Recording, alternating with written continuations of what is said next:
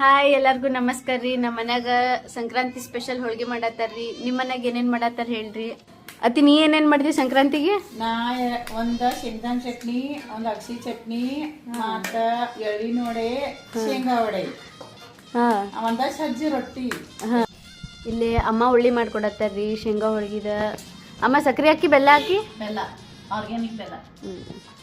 ಇಲ್ಲಿ ನಮ್ಮ ಸಣ್ಣಂಟಿ ಉಳ್ಳಿ ತುಂಬಿಕೊಡುದು ತಾನ ಲಟ್ಸೋದು ಮಾಡತ್ತಾಳ್ರಿ. ಇಲ್ಲಿ ಅಂಟಿನೂ ಏನದ ಉಳ್ಳಿ ತುಂಬಿ ತುಂಬಿ ಕೊಡತ್ತಾಳು.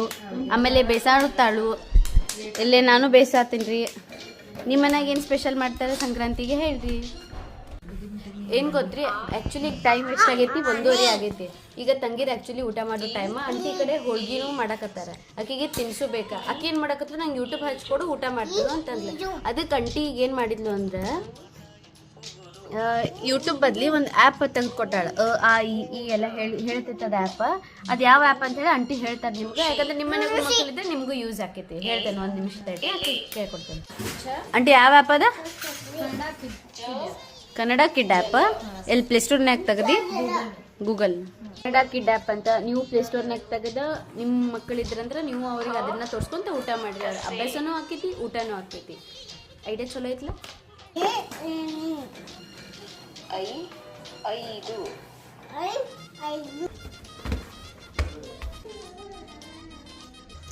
ಏನು ಗೊತ್ತಿ, 1 ಗಂಟೆಗೆ ಸ್ಟಾರ್ಟ್ ಮಾಡಿ ಹೋಳಿಗೆ ಮಾಡೋಕೆ. I think it's nearly 4 o'clock.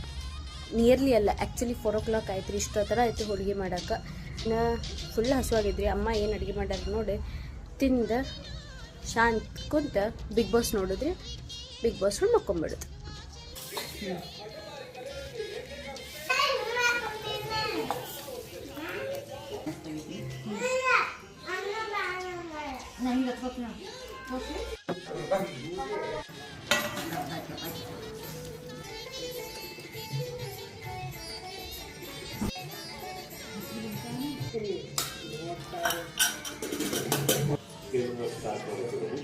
ಸಂಚಿಕೆ ನಂತರ ಮನೆಯಲ್ಲಿ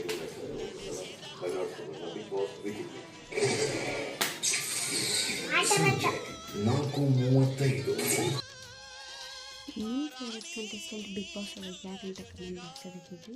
ಗುಡ್ ನೈಟ್.